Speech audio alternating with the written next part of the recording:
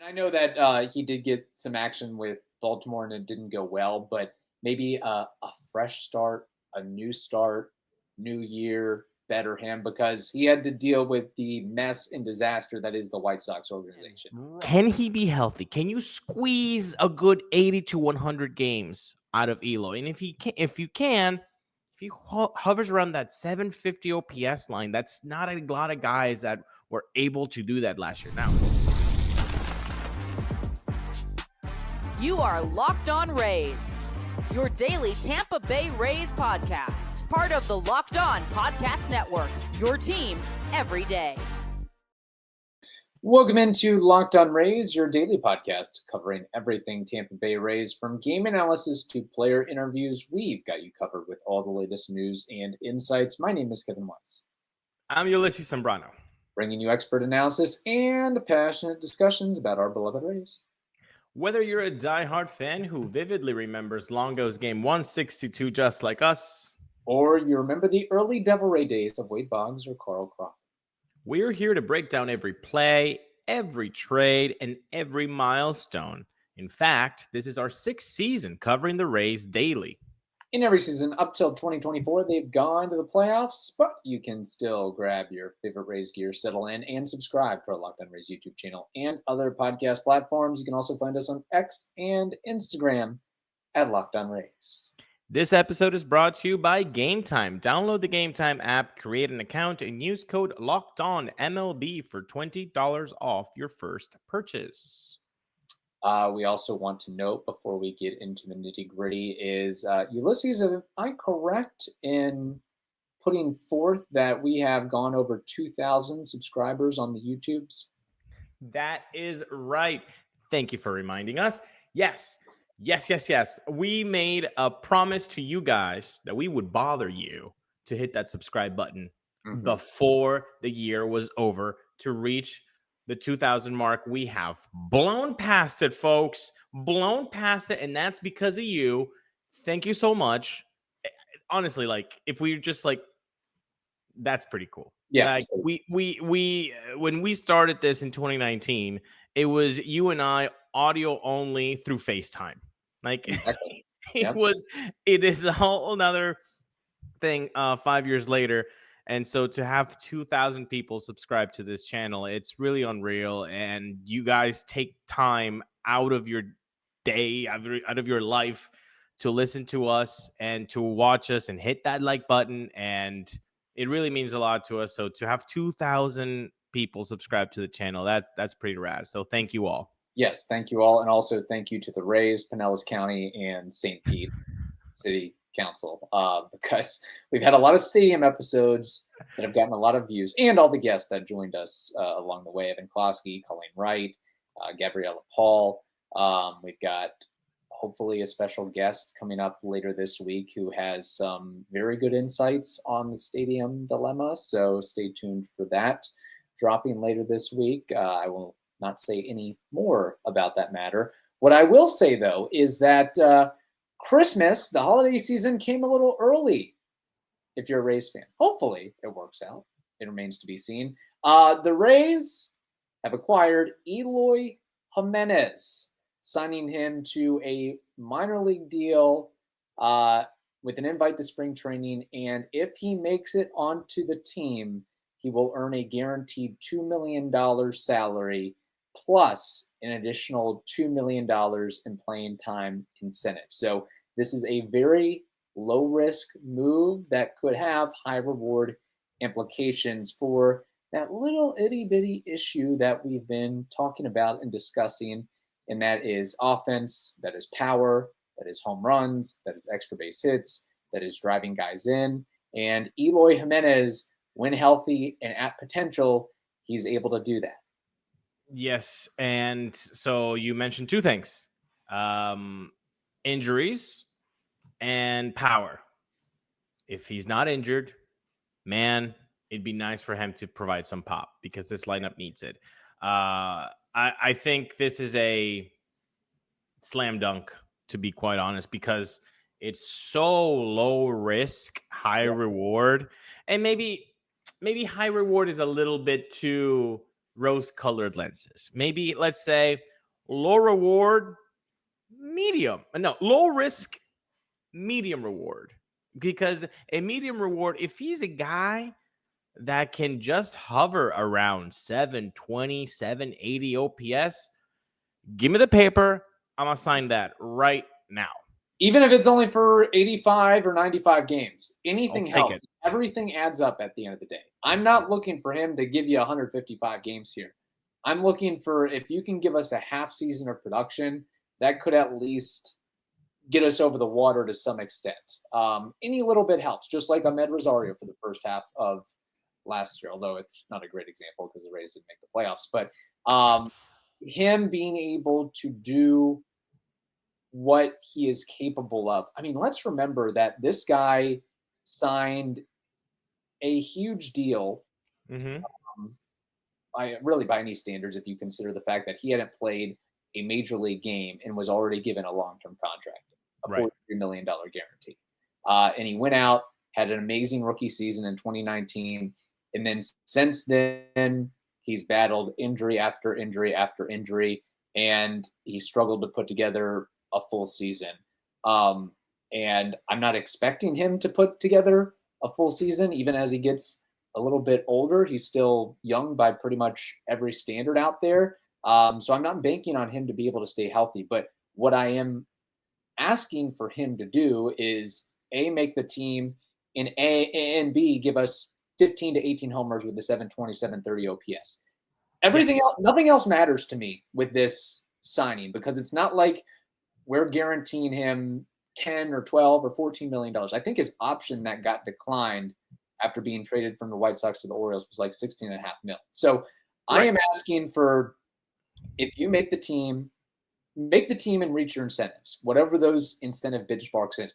I don't need you to play defense. He's not going to do that. I don't need you to run well. He's not going to do that. I need you to hit the ball hard and hit the ball far. And if he's in the lineup, he should be able to give you a semblance of that, or at least maybe strike some fear and provide protection for those other hitters and the young players on the roster. Because you need that. It's, again, you have to elongate that lineup. We've talked about Yandy Diaz, Bilao Jr., and Josh Lowe. I know people are going to say, what about Christopher Morel? Well, you know what you're going to get from Morel? So that's why I focus on those four guys. Right. When you look at Eloy, even his 2024 season, he was in the 90th percentile with average exit velocity. He was in the 90th percentile with hard hit percentage. He was he had really good bat speed, like around the 75 percentile, like 75th percentile. Like it's, again, can he be healthy? Can you squeeze a good 80 to 100 games out of Eloy? And if he hovers around that 750 OPS line, that's not a lot of guys that were able to do that last year. Now, last year, not a fun year for Eloy. He struggled, and he struggled mightily. I mean, he was in the 620 OPS. So is it a lot to ask for a bounce back season like we're asking for? Maybe. But guess what? We have seen turnarounds in 1-year deals with the Rays. CJ Cron, Avi Garcia, Travis d'Arnaud, Ahmed Rosario, like you said earlier. Yeah. So there is that, backlog of players that have come here for 1 year. They do really well. Hey, Johnny Damon. Yeah, they've had some success, or more than some success, with finding guys who in previous years did something, and for whatever reason, it hadn't been working out. You come to the Rays and you blow up again in a good way. Yeah. Now it can also work the other point of view, where you acquire Dylan Carlson and you're expecting big things and you don't get it. But I would think that, and honestly, you could maybe make a point out there that Jimenez, based on what he's put together over the last 5-6 years, even with the injuries and the lack of playing time, the lack of ability to stay healthy, that I'm a little bit surprised that he accepted a minor league deal. Minor league deal. Yeah. I mean, the phone was not beeping the last 2 months for Eloy's agent. Yeah. Like, it wasn't. And then the Rays come calling to say, hey, you want $2 million for a minor league contract and with an invite to spring training, so he can make the team. Obviously, now you mentioned something, Kevin, that I think we should focus on is the fact that he's a DH only guy. I mean, he only played one game on the field last year. Right. So it behooves us to not say, oh, well, obviously the Rays are going to play him in the corner outfield spots. No, we don't know that. And he has been decreasing playing time every year on the field and slowly becoming only a DH. So the trouble that you had in 2024 with Harold Ramirez, hey, the guy can't glove. And when you put him out there, you don't really like it. And he's clogging up the DH spot with not a lot of power. Well, let's hope Eloy is not that. And he's not clogging up the DH spot, because you do need that for Yandy sometimes. And you're going to need that for Brendan Lau to keep both of those guys healthy. Unless the Rays plan to trade one or more of those guys. There you go. Which I don't think they necessarily will. It's not like you sign Eloy and, okay, all our problems are solved. There's still issues with this team. But I think that's what you have to do if you're the Rays. They can't, they're not in a position, or they don't want to be in a position to spend $40, $50, $60 million guaranteed. So what does that give you? That gives you Danny Jansen, who's trying to get back. It gives you Eloy Jimenez, who's trying to get back. So, but I like it. It's something. It's something. Better than doing nothing. Because there was some thought out there that the Rays would do absolutely nothing until spring training. So I'm okay with that. No, I'm in. But again, like you, very surprised that it was a minor league deal. Very surprised and happy about it. But I hope that this is not just like, okay, that's it. That's it. And I know that he did get some action with Baltimore and it didn't go well, but maybe a fresh start, a new start, new year, better him, because he had to deal with the mess and disaster that is the White Sox organization. Right. I feel like playing there almost it makes you want to give up on the game. Makes you want to do anything other than focus on baseball, even if you're getting paid millions of dollars, frankly. I want to talk about that, but first I got to tell you about Game Time, folks. Game Time is the place. You want comedy, you want theater. Hey, maybe you want to see Some Like It Hot, okay? Go watch it and use Game Time, all right? You can do that. It's very easy. They have all-in pricing. You know what that means? It means that the whole total is up front. They don't hide fees like some other people do. They don't do that. And you've got seat views. You can just click the seat view and then you get a panoramic view of how you're going to be experiencing that comedy, that theater, that baseball game, that soccer game, whatever it is. You get to just get a little preview out of it. And you can take the guesswork out of buying tickets by using Game Time. Again, create an account and use code LOCKEDONMLB for $20 off your first purchase. Terms apply. Again, create an account and use the code LOCKEDONMLB for $20 off. Download Game Time today. Hey, Kevin, what time is it? Game time. All right.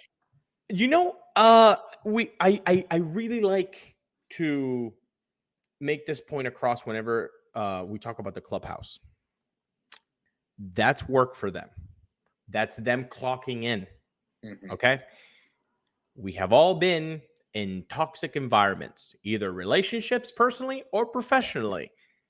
It takes it out of you. It's just this energy demon that is just like, oh, you're an energy vampire. You're sucking the energy out of me. You are a dementor. Okay. You're just taking life out of me. Bro, when you're in a team that's now the major league history of clubs to have had the most losses in a season, it's gonna take it out of you. Like, what kind of energy are you coming into the field when you've won one game out of the last 23? It's not fun. You don't want to be out there. It must not be fun. Just like going into your job and saying, and just emails just keep coming in. Emails, and you don't get nothing done. Well, that's that.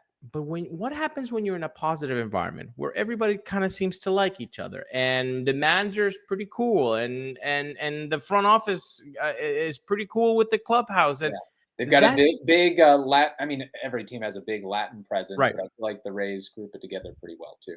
Yeah. So you hope that hopefully is kind of a little added benefit into hopefully seeing Eloy Jimenez kind of explode. Eloy Jimenez, 2025 with the Rays, over under 12 homers.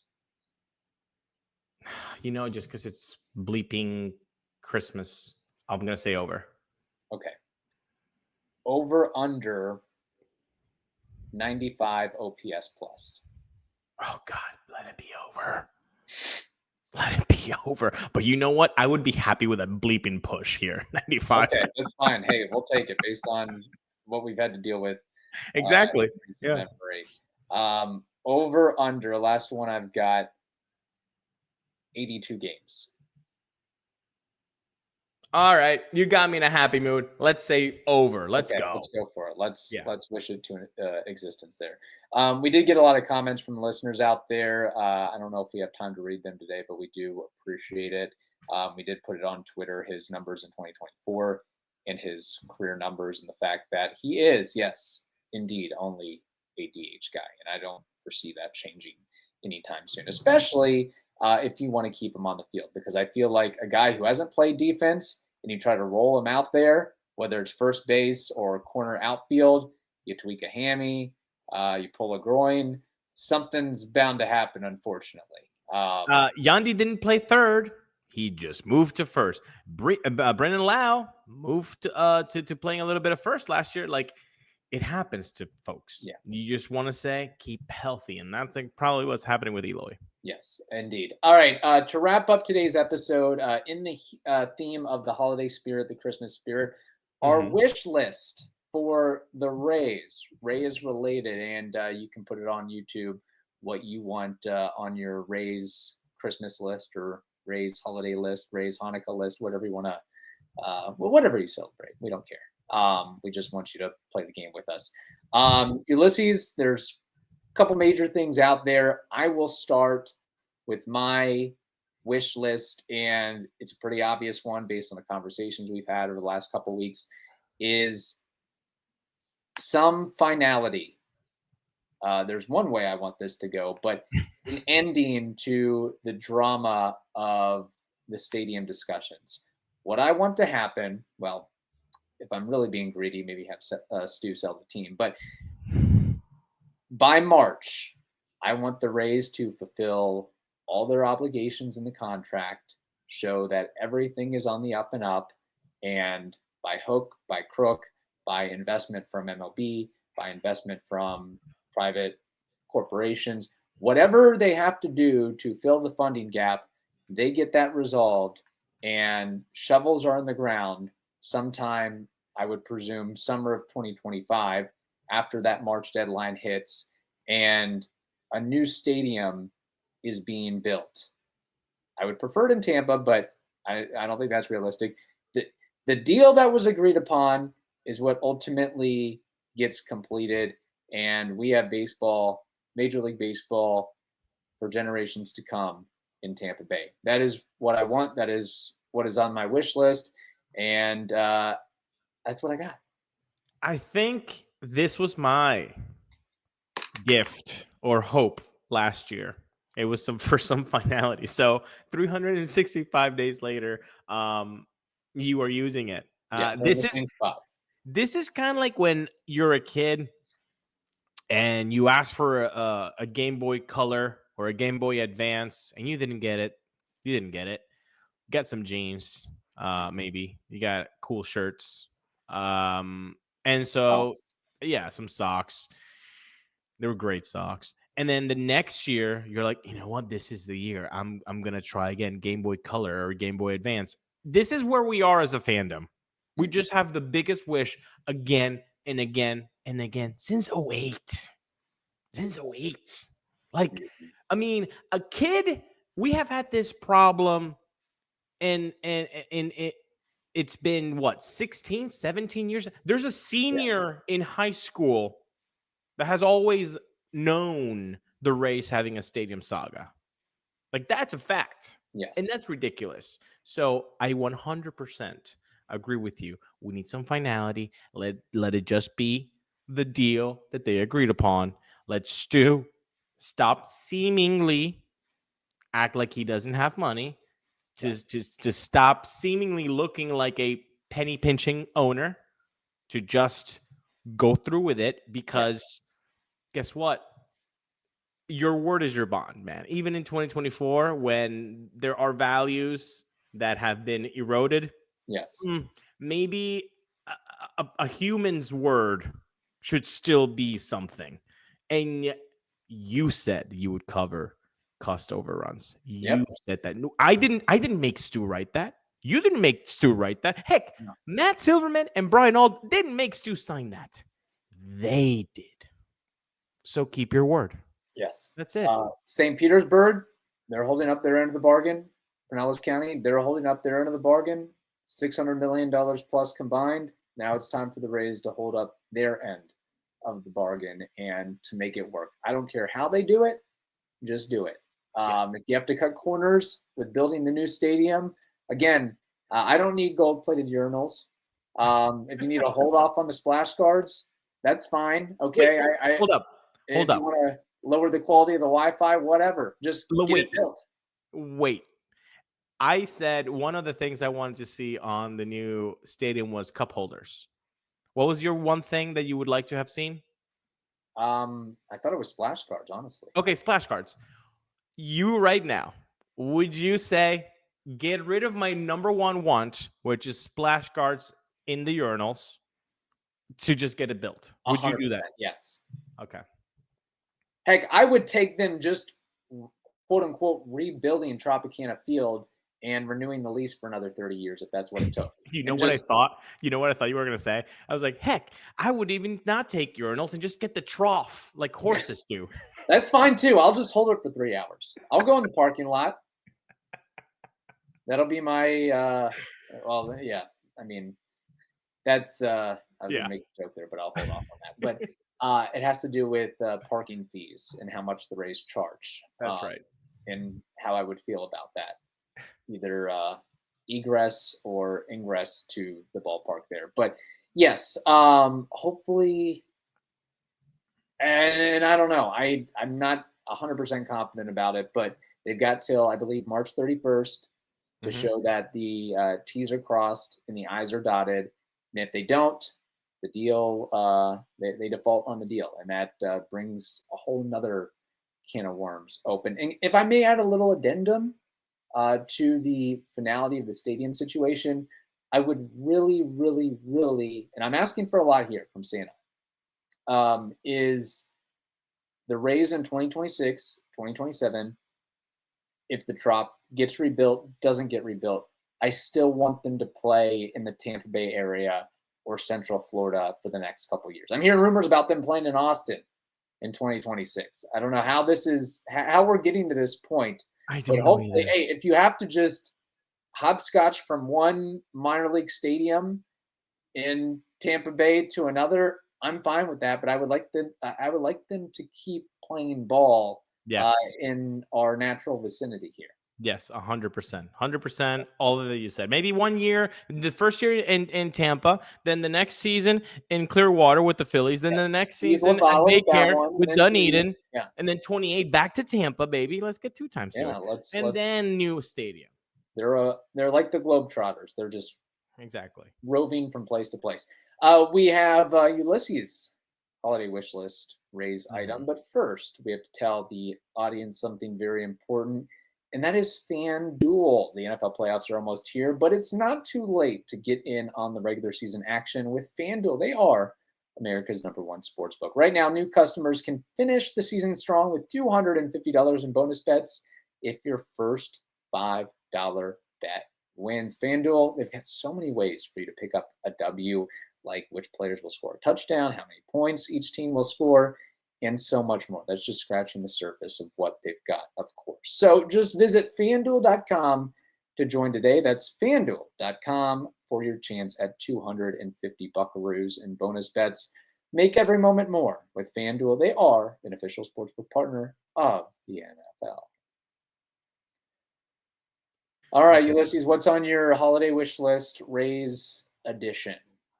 Well, I think we are going to take the top 2 holiday wishes if you're a Rays fan.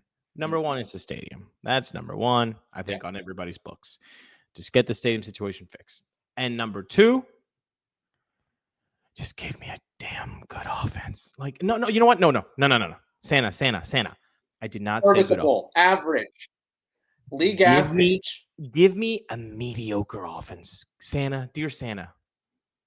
It's Ulises. Mediocre offense combined with that pitching staff, that's all you need. And honestly, that's kind of been the Rays formula for making the playoffs year in and year out. Give me a 101 WRC plus team. Give me just sometimes you're actually going to score a couple runs. Like, you don't need to win every game 1-0 because right now, looking at that lineup, there's a lot of question marks. I know people are going to say, Brandon Lau, 39 home runs. Will he play 100 games? I know people are going to say, Yandy Diaz, batting title. Will he stay healthy? He's 33, people. Okay, he's our age. Junior Caminero. I've seen a lot of rookies just have really good rookies seasons, which brings me to Josh Lowe. The big four guys have all really big question marks attached to them. So can we please, Santa, give us some offense? I like Eloy. Low risk, medium reward. It's like shopping on Temu. It could work out, but it might not work out. It's cheap, though. It's cheap. You know what? It's kind of like I went to Dollar Tree for my Christmas lights for my house. Pretty cool. It actually works, and they were cheap. I like that. So I felt very Neander at Dollar Tree for my Christmas lights. Felt very Eric. I thought your wish list item was going to be trading Taylor Walls, but I guess that could go hand in hand with the offense portion there. I mean, we've lost that battle. We have lost that battle. You're not getting that. Yeah. Santa does not give a bleep about Taylor Wall's WRC plus and his lack of reaching 80 on that category. Santa does not care. So just give me something, someone. Is it on the outfield? Cool. If it's in the shortstop position, please. But really, just a guy. Like a guy that you're excited about. And it's really difficult for Rays fans to look. I mean, Eloy, again, very I'm actually excited about Eloy. Okay, that's nice. I'm glad you are. But that's the lowest standard of excitement that we usually get for a signing offensively. So all I want is one type of signing that you're like, what? We got that guy? As in Charlie Morton for the 2019 season. We were like, what? $15 million? They actually pulled the trigger? That's amazing. And for 2 years with an option for a third? They should have. Anyway, that's what I want offensively. Just a guy that even people from other teams are like, damn, the Rays signed that guy? That's all I'm asking for, Santa. That's all I'm asking for. So would, say, Jurickson Profar fit that model, or you're looking for a nicer Christmas item? You're looking more in the Santander aisle or the Teoscar Hernandez aisle? I would be... it would be silly for me to say I would rather have Profar than Santander or Teoscar. Right. No, I would obviously like Teoscar and Santander better. Profar, I mean, is he the guy from last year or the guy that 8 years before? You know, well, I think that's where the salary kind of figures into that and what the Rays would be willing to spend. I honestly, I just want a guy that has a proven track record that can provide some pop. And those two names that you just said, in Teoscar and Santander, they have that. Yeah. That's a Charlie Morton-esque move of, okay, they actually did spend money, multi-year deal, most they've ever signed on a free agent pitcher, so on and so forth. Bro, they spent... the money that they owed Sprinks this season is what they've basically have spent this offseason. $2 million for Eloy and about 8 point something for Danny Jansen. That's 10 plus. That's basically what Sprinks was making. So I would really enjoy the Rays signing someone that you would be excited about. Again, Eloy, very nice move. Hope it works out, and I'm excited about it, and I'm behind it. But I need a step up above Eloy, because let's not forget, Kevin, we can be excited about it, but it's a minor league deal too. So that also tells you what kind of market Eloy has. Right, 100%. Yeah, he's like a stocking stuffer and a Teoscar Hernandez, Santander, pick a name. That's the biggest present, and that's your only present that you're getting. That's the Game Boy Advance with Pokemon Yellow on it. Like that's it, baby. That's the go-to. That's the thing you're making other kids in the neighborhood jealous about. I mean, I get it from a couple perspectives. The Rays technically need another outfielder. Eloy Jimenez is not an outfielder. Right now, as it stands, there's DeLuca, Lowe, Morel, Palacios. Are we going to bank on Jake Mangum or the other guy, Cameron Meisner? I mean, is that really going to solve your problems? I know that they've got Caballero working in the outfield. Let's see how that experiment goes as well, but it still doesn't solve your ultimate offensive issue there. So it would be nice if we got a big money prize by Rays standards for that. I'm with you there. So, yeah, if you have anything else that we haven't mentioned as far as wish list for the Rays, we're all ears because I think we pretty much have it covered with the stadium situation, resolution, and offense power hitter resolution as well. Drop it down in the comments. Drop it down in the comments. What's your Rays holiday wish list? What would you like Santa to want give the trop you? to be? I mean, maybe it is just, hey, let's get the trop repaired. There you go. That could be it too. Yeah. Hey, fix the trop. I want that. Yeah, maybe. Let the Rays offer some affordable tickets at Steinbrenner Field because they're jacking the prices up like crazy right now. So let's have some standing room only options. That might have to be a topic for next week. Is they are doing the old supply demand maneuver. And I think it's still probably going to work out for them based on the population hub that is surrounding that area and how it might be a historical one-time, one-year thing. I got to see the Rays play baseball at Steinbrenner Field. And guess what? Diehards like us that live in Tampa, we might be really upset at bleeping Stu and the bleeping ticket prices, but we might still, we'll pay to go. That's for sure. Yeah. All right, there we go. In the meantime, hope you all have a wonderful day, wonderful week. Enjoy the holidays with family, friends. Drive safely, arrive safely, all of that stuff. And we plan to have a special guest for you later on this week, so stay tuned.